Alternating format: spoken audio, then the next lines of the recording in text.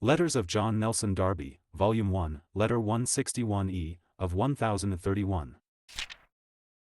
p. 278. Dearest W. Kelly, my own earnest hope is that brethren will walk on in peace, and take no notice whatever of attacks. I am sure it is the most morally dignified, and the path of grace. If the Lord should break down Mr. Dash, they will not have perpetuated his dishonor. As regards Apocalypse 7, I have for years considered it the most difficult portion of the Apocalypse. But the Great Tribulation is not my difficulty. Chapter 3:10 I think explains that.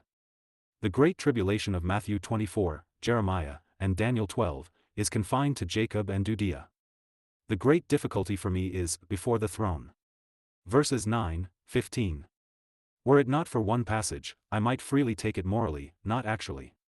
The English translation increases the difficulty, dwell among them, is not in the passage, ver. 15, but tabernacle over them, as the cloud did Israel. But the temple in no way sets them in heaven. In the holy city there is no temple. It is not the character of heavenly worship to worship in the temple. You will remark, they are not round about the throne, but before it. If in chapter 14:3 delta omicron upsilon sigma iota nu be applied to the 144,000, before the throne, applies to those on earth, but in chapter 4:5-6 we have it applied to part of the furniture of the temple above. That they are not the church is to me clear. They are contrasted in their whole condition with the elders, they are saved by him that sits on the throne and the Lamb, which connects them with the time of introductory government, though not of the millennium. They give no motive for their praise, a mark of the saints who are properly heavenly. Their blessings are relief from sufferings, or being led by shepherd's care to food and refreshment. Their relationship with God as before the throne takes them out of association with it, the true character of the strictly heavenly saints. Even the angels are round about the throne, not so these. I certainly think they are separated premillennially, are in relationship with God on the ground of the place he takes as introducing the only begotten into the world, of his throne above, but before he has introduced him. Hence they pass through the time of temptation which shall come upon all the world.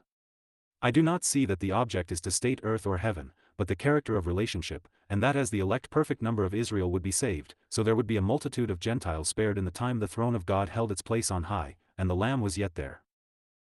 But that those who are thus spared have eternal life as supposed by your inquirer, says absolutely nothing of the multitudes that come into existence during the millennium.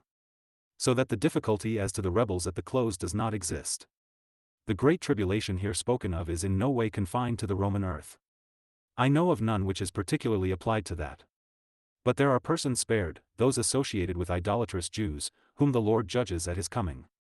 The sun not smiting them would tend to prove they are on the earth.